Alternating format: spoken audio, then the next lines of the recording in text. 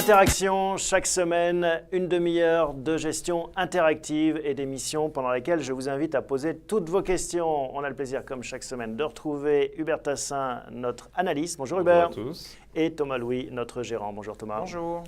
On commence tout de suite par la première rubrique consacrée aux tendances.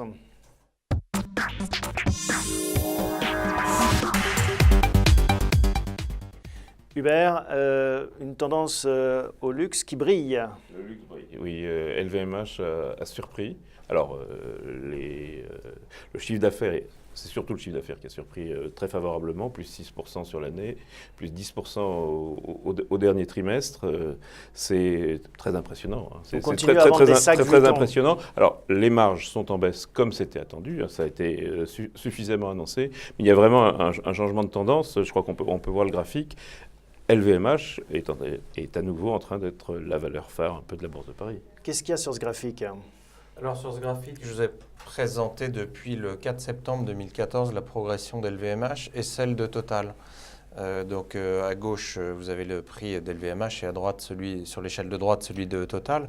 Et en fait, c'est plus la tendance qui m'intéresse. Et ici. les couleurs, hein, donc on a Total en rouge, pardonnez-moi, oui, Total, et en bleu, LVMH. Alors, on voit que la tendance globale de la courbe bleue est plutôt à la hausse, avec un décollage depuis le début de l'année, pour résumer, d'LVMH, décollage confirmé par ces résultats. Total, on est plus sur une reprise technique pour l'instant, mais la tendance n'est pas terrible sur Total. Tant qu'on aura un manque de visibilité sur le prix du pétrole, bien Total sera traité probablement de façon... sera plutôt maltraité. Voilà. Là, on compare des choux et les carottes, mais c'est parce que c'est le métier du gérant, il faut faire des arbitrages, et on en reparlera dans la partie gestion. On est probablement dans une séquence aujourd'hui où le marché change de nature. On est en train de revenir probablement sur des valeurs cycliques ou des biens de consommation essentiellement. Et donc Total pénalisé par le prix du baril, qui est quand même une véritable incertitude dans l'environnement actuel, les gérants vont avoir tendance à s'en dégager un peu. Il y a un changement de mode, hein. Vraiment il y a un changement de mode. La consommation est en train de repartir, alors on n'y croit pas, hein, mais la consommation est en train de devenir un driver, comme on dit sur les marchés. Et bon, évidemment, LVMH, c'est une des vedettes du truc. Alors, autre actualité de cette semaine, c'est le tour d'Europe de nos amis grecs. Hein. On commence à aller voir les différentes chancelleries, les ministères des Finances, la BCE, Francfort. L'ennui du poker menteur, c'est qu'on ne connaît pas effectivement ce qui se dit, ce qui se cherche vraiment. On sait bien qu'en finale, on va tout faire pour éviter que la Grèce ne sorte facialement, en tout cas de l'euro. Est-ce que les plans de la BCE, en mettant 80% de toute façon des rachats de titres dans les banques, chacune dans sa banque, même si c'est la BCE qui le gère, c'est pas déjà une gestion différente de l'euro? C'est à voir. Ça va bien se passer, mais forcément, il y a des petits apics. Mais ce qu'on voit, c'est quand même le marché qui résiste bien. Oui, tout le monde s'en fiche. Hier jeudi, c'était l'annonce, on ne refinance plus les banques grecques. C'était une annonce bidon, bien entendu, mais c'était quand même une annonce, même pas peur. Hein. On baisse de 0,20, 0,30, 0,40. Thomas, qu'est-ce qui se dit parmi les gérants? Est-ce qu'on regarde quand même plus que ça la Grèce, ou est-ce que c'est vraiment cette impression que c'est derrière? Alors, en fait, ce qu'on regarde nous aujourd'hui, c'est plus la problématique du voyage de Mme Merkel et de M. Hollande pour aller voir et l'Ukraine, donc ça s'est fait, et Vladimir Poutine, pour essayer de ne pas transformer ce qui est encore un conflit local en une guerre. Donc ça, c'est un vrai sujet.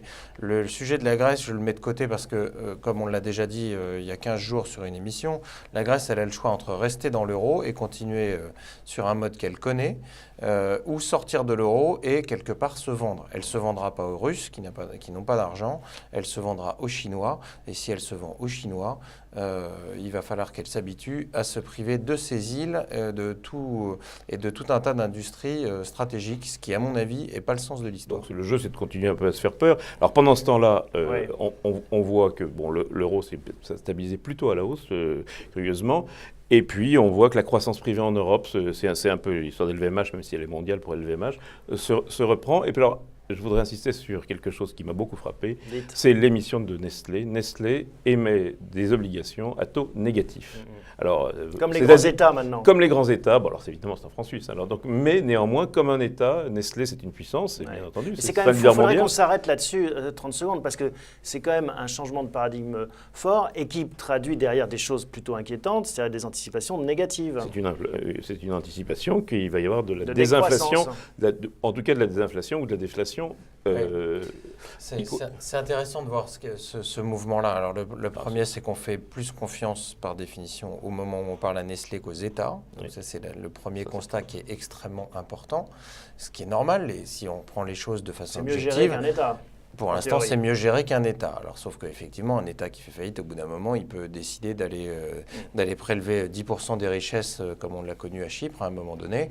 Donc, il ne faut pas perdre cela de vue, parce que ça pourrait arriver un jour. Ça semble impossible pour tout le monde. Ce sera moins facile d'aller le faire dans les poches suisses. Alors, moins facile dans les poches suisses. Je rappelle que le président Obama, lui, il a décidé d'aller faire les poches américaines, à commencer par tous ces grands groupes, dont Apple, qui a encore enregistré des chiffres juste stratosphériques. Il est quand même un petit peu hallucinant qu'ils ne payent pas d'impôts dans leur pays respectifs. Et nulle part. Ni nulle part. Donc ça finit par poser un vrai problème. Ce qui n'est pas le cas d'un Nestlé. Ce qui n'est pas le cas de Nestlé, c'est exact, mais Nestlé, belle entreprise de croissance, de la visibilité, vous faites confiance à Nestlé. Donc, ça pose quand même la question de l'emploi des liquidités dans le monde. Puisque si Nestlé est à taux négatif, si l'État suisse est à taux négatif ou si l'Allemagne est à 0,40, la France à 0,60% par an, c'est pas comme ça que votre épargne va se rémunérer. Et donc sur les anticipations, pour que ceux qui nous regardent comprennent bien, c'est-à-dire que je vais donner 100 à Nestlé qui va me rendre 99, je ne sais pas quel est le taux, dans un an ou dans 2 ans, dans 5 ans. Donc ça veut dire que je pense que le contexte sera pire que ça et que j'aurais pu, en gardant mon argent, ne gagner que 95. Voilà. Ou alors, c'est qu'on a la crainte qu'en les déposant ailleurs, on se retrouve à 90, voire à 0. Donc une banque, parce qu'on ne peut pas garder son argent sous son matelas, enfin à ces niveaux. C'est difficile. Vous avez des choix d'allocation d'actifs, vous pouvez très bien décider d'acheter d'autres actions, vous pouvez décider d'acheter de l'or, d'acheter de l'immobilier. Bon, c'est un problème d'anticipation. Alors, un mot sur les États-Unis. On attend le chiffre de l'emploi cet après-midi. Il n'est pas tombé à l'heure où on se parle. Alors, on a aux États-Unis, bizarrement, une espèce de contre-effet de la baisse du pétrole, puisque le pétrole avait créé beaucoup d'emplois, avait été financé très très largement par des émissions obligataires pour lesquelles on commence à avoir peur. Toute la hausse de l'économie liée à la baisse à la hausse du pétrole s'efface. Alors bien entendu, il y a des effets positifs, notamment sur la consommation. Alors ce qui peut paraître curieux, c'est que pendant ce temps-là, très très forte hausse de Wall Street hier soir par exemple, finalement on a l'impression que les investisseurs se disent ça va moins fort, c'est pas plus mal, puisque ça va pousser la Réserve fédérale à ne pas remonter ses taux aussi vite qu'on ne le craignait. Et donc la réunion de la fin juin qui était centrale pour remonter les taux d'intérêt n'est plus dans tous les scénarios.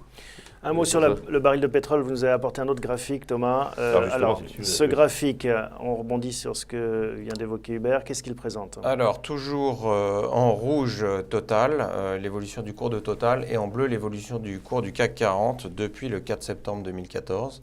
On voit qu'une partie de la baisse de Total a été retracée récemment. Nous pensons que c'est une correction qui est purement technique au moment où on parle. On a vu le baril rebondir, on est à 53 $ ou 54 $ sur le WTI au moment où je vous parle ce matin. Donc en revanche, on voit que l'indice CAC 40, lui, a beaucoup plus rebondi. Donc on est en train, grâce au quantitative easing entre autres, de remettre de la valeur dans tous les titres qui composent l'indice, et malgré une tendance forte de Total à la baisse, ou une tendance longue plutôt à la baisse. Donc ce que vous nous dites, c'est qu'il ne faut pas avoir de Total en ce moment en portefeuille. C'est ça le message. C'est-à-dire que la visibilité, elle n'est pas sur Total en ce moment. Donc, le pétrole, encore une fois, ça, on a perdu 60%, on a regagné 20%, un peu plus. On a retracé, comme on dit en bourse, le tiers de la baisse. C'est quelque chose qui est relativement naturel sur un marché qui est aussi liquide, sur lequel il y a autant de positions vendeurs et acheteurs. Il y a beaucoup de positions, notamment vendeurs, des gens qui ont financé les fameux gaz de schiste. Alors Hubert, vous continuez à courir pendant la semaine les différentes réunions, manifestations de place. Vous nous ramenez à chaque fois quelques pépites. Qu'est-ce que vous nous présentez cette semaine, des graphiques qui viennent d'où ? La société Gestion 21, qui est une société est très spécialisé sur l'immobilier d'une part et sur un fonds diversifié de l'autre. Donc nous a fait des exposés sur l'immobilier, mais là je vous ai amené quelque chose qui est un thème macroéconomique dont on parle toutes les semaines, c'est ces fameuses banques centrales. Donc, quand la Banque centrale européenne a annoncé qu'elle allait augmenter de 50% la taille de son bilan, on a pris comme évident que la conclusion, c'est que la bourse allait monter. Alors pourquoi ? C'est parce que, c'est le graphique qu'on voit sur l'écran, on voit ce qui s'est passé aux États-Unis, hausse du bilan de la Réserve fédérale, le marché a suivi, ça c'est en haut à gauche. En dessous, la Banque du Japon, la même chose, hausse du bilan de la Banque centrale, la bourse a monté. En Angleterre, ça s'est passé, et on voit qu'en Europe, en revanche, la Banque centrale avait repris des liquidités, donc avait baissé son bilan, et que, par conséquence, la bourse a été moins bonne. Donc, le fait que la Banque centrale s'engage dans retrouver la taille de son bilan dans les 2 ans, c'est-à-dire passer de 2 milliards à 3 milliards, ça a fait monter les 3 fois sur 4, et même si on regarde le transparent suivant, d'une manière générale dans le monde, la hausse des bilans des banques centrales s'est tout à fait retrouvée dans les indices. Donc, il y a un flux qui va favoriser les actions européenne, très certainement, et c'est bien pour ça que nous allons continuer à gérer Interxion. Bon, c'est comme toujours, hein, on le rappelle, quand on met des liquidités, quand on met du liquide dans la piscine, le niveau monte, et c'est ce qui devrait se passer au niveau des bourses européennes. Autre graphique, un graphique qui zoome, Hubert. C'est celui-là, oui. C'est ce graphique qui montre ce qui s'est passé d'une manière générale dans le monde. Donc, on voit bien, c'est le graphique de droite qu'il faut garder. La hausse des taux et la hausse des bilans des banques centrales s'est traduite sur l'indice mondial. Ok, voilà donc pour la partie tendance. On passe à notre seconde séquence.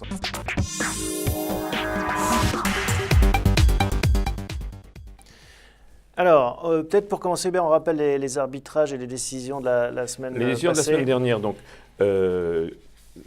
qu'on a suivi, on est complètement sorti. On a fini la sortie des bancaires. Donc, les bancaires, à la fois peu de potentiel et puis une politique de dividendes qui va être plus raisonnable et très bien cadrée, notamment par la BCE, puisque nous sommes sur des valeurs européennes. Donc, on a fini de sortir du Crédit Agricole et de la Banco Santander en Espagne. On ne l'avait pas évoqué plus que ça la semaine dernière. On va voir le tableau, hein, l'historique des arbitrages. Voilà. C'est la logique. On voulait sortir de toutes les bancaires et concentrer le poids du financier sur les assurances. Alors après, à l'intérieur des assurances, on pourra toujours discuter, mais ça c'est le premier point. Le deuxième point du cycle. Alors le cycle avec Solvay, alors ça c'est le choix du gérant. C'est quelque chose qu'on n'avait pas évoqué. On avait évoqué le cycle en général. On a du Lafarge, donc le cycle. On a du cycle, mais Solvay. Sur les 4 opérations de la semaine, à vrai dire, le gérant a pris des décisions après le comité de gestion qui s'est tenu la semaine dernière, des décisions qui s'imposaient de notre point de vue. Donc, comme je vais le rappeler, de temps en temps, le gérant peut et doit arbitrer rapidement. Donc, on n'a pas qu'une demi-heure par semaine, en fait. Non. Alors non, on n'a pas réussi. Donc, on a décidé très vite de vendre Crédit Agricole et Banco Santander. Et le déclic, ça a été quoi ? Le déclic, c'est que en fait, on ne voit pas comment là où on pensait qu'elles avaient du récurrent, qu'elles étaient en train de gagner de la part de marché, elles ne font pas leur métier aujourd'hui. C'est-à-dire qu'elles ne prêtent pas d'argent, elles ne le souhaitent pas. Elles ne pas cher, mais elles ne gagnent pas de l'autre côté. Mais non, parce que les agents ne viennent pas au guichet, contrairement à ce que chacun des dirigeants des pays. C'est le problème de l'Europe, en effet, redonner de la confiance, du dynamisme à l'économie. Exactement. Et la partie sud-américaine de Santander commence à poser quelques questions. Donc, on a décidé d'en sortir. On reste en matière financière sur Allianz et AXA. Donc, l'assurance que disait Hubert, mais pas les bancaires. Exactement. Et dans le même temps, et Deleuze. On a acheté Solvay pour son caractère cyclique. Alors Solvay, c'est un groupe chimique. Hein. C'est un groupe chimique issu, belgo-français, si on veut dire, issu d'une fusion. Donc là, on joue à la fois la baisse des matières premières et un effet de cycle. Hein. Et un effet de cycle, exactement. Plus un positionnement intéressant sur un certain nombre de produits chimiques qui seront, quoi qu'il en soit, utilisés en cas de reprise. Donc on veut jouer l'effet de levier maximum. Et pour Deleuze, la consommation, l'effet dollar, on en avait déjà parlé il y a quelques temps. On a raté de la hausse, puisque c'était un Hubert qui poussait pour ce qu'on achète. Nous, on n'avait pas assez de visibilité, pour être clair. Je l'avais dit à l'époque. Mais 60% du chiffre d'affaires est en dollars. Alors même s'il est couvert, à la fin des couvertures, c'est comme Air France, sont quand meilleures. les couvertures vont s'arrêter. Les couvertures sont arrêtées. Ce qui est important à voir, c'est qu'on avait un portefeuille qui était sans doute un peu sous-investi en cyclique avec Solvay. On prend déjà le tournant. Il était sous-investi en consommation. Et avec Carrefour, puis avec Deleuze, on prend le tournant. Donc on rappelle des choix forts de décorrélation du CAC. Pas de Sanofi, pas de Total, pas de bancaire. Et en effet, on met de plus en plus le pied sur la marge du cycle en espérant que celui-ci nous porte plus haut. Voilà donc pour la philosophie globale. Cette semaine, qu'est-ce que vous proposez, Hubert? Alors, cette semaine, je pense que la reprise du pétrole qu'on a vu venir trouble un peu le jeu, qu'on a des choix très marqués. Et mon sentiment, alors que je suis plutôt un agitateur dans cette émission, c'est que je crois qu'on a toute raison de tenir les positions, d'essayer de réfléchir sur ce qu'on a fait. Ce qu'on a fait, on a évidemment une répartition qui n'est pas optimale, puisque le principe de l'équilibre, c'est que c'est instable. Mais je crois que après, on peut réfléchir à l'intérieur, mais le premier point, c'est tenir les positions. On n'est pas obligé de s'exciter toutes les semaines à faire des arbitrages. C'est pas comme ça qu'on s'enrichit. Non, il faut qu'on laisse le temps aux valeurs de se réaliser, d'atteindre les objectifs qu'on a fixés. Vous savez, dans les graphiques que je vous montre, il y a souvent des potentiels, donc il faut quand même qu'on tende vers ces potentiels. Ce qui est intéressant, c'est qu'il y a pas mal de révisions à la hausse sur un certain nombre de titres qu'on a en portefeuille. On a quelques bonnes nouvelles. Cette semaine, on avait KPN. On va revoir le portefeuille, ça affiché. Voilà. KPN qu'on a rentré dans le portefeuille il y a quelques temps maintenant. C'était un arbitrage du 12 janvier, si je ne m'abuse. On a acheté du KPN. On vise avec KPN la même histoire que Orange il y a 1 an et demi. KPN a enfin annoncé une augmentation de ses cash flows. Donc ça veut dire que non content de bien rembourser sa dette, elle peut en plus accélérer désormais, se restructurer, avoir une politique agressive. C'est France Télécom hollandais. C'est pour ça que la couleur orange lui va bien aussi. C'est pour ça que la couleur orange lui va bien. Exact. Alors, sur le poids des opérateurs télécoms, on en a beaucoup. Orange a été une très très belle histoire. On a commencé à alléger. Moi, je suis plutôt dans l'esprit qu'on peut alléger. En revanche, Telefonica est au centre d'une restructuration. Alors, c'est pas seulement une histoire c'est une histoire de restructuration. Alors, maintenant qu'ils vont être sortis de l'Angleterre, ils vont pouvoir appuyer plus fort sur le reste. Et KPN, effectivement, le pari, c'est de se dire, c'était comme Orange il y a 1 an. Donc, c'est pour ça, personnellement, je me demande si Orange n'a pas déjà eu ce qu'on appelle son re-rating. C'est probablement, effectivement. Alors, mais on a déjà bien vendu. Orange, on a pris beaucoup de bénéfices. On finira, on soldera peut-être la ligne. C'est la plus forte contribution du portefeuille depuis sa création. Exactement. Donc autrement, les expositions augmentées, c'est le sujet qu'on aborde toutes les semaines. On est présent en Espagne, on a parlé de Telefonica. Il y a une valeur qui est dans la distribution qui m'intéresse, c'est Dia. Alors, on a du Carrefour, il ne faut pas non plus. Et Carrefour n'est pas absent de l'Espagne.